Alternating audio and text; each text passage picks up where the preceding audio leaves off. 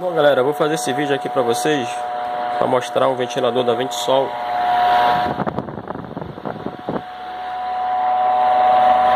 e o barulho que ele produz funcionando em velocidade máxima. É quase impossível ficar no ambiente com esse ventilador. Esse é um barulho em que, se você desmontar ele, você não escuta o barulho que nós estamos escutando agora.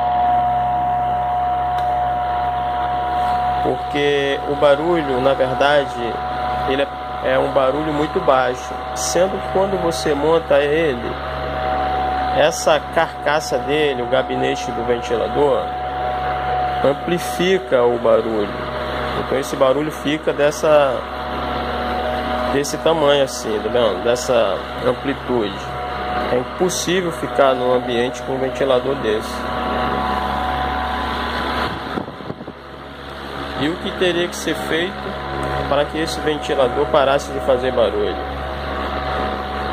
Esse ventilador só pararia de fazer barulho se você conseguisse trocar o motor completo.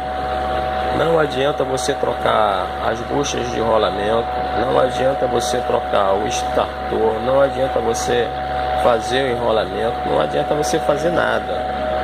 Esse é um barulho produzido pelo conjunto, e só trocando mesmo o motor completo ele pararia esse barulho. Bom, galera, isso aí é só um alerta para vocês não ficarem quebrando cabeça na hora que pegar um defeito desse.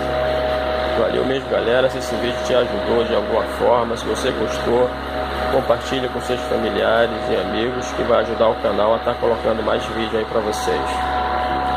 Vocês podem perceber que, de acordo com a posição do ventilador, o barulho aumenta. Isso aqui é produzido pelo conjunto do motor.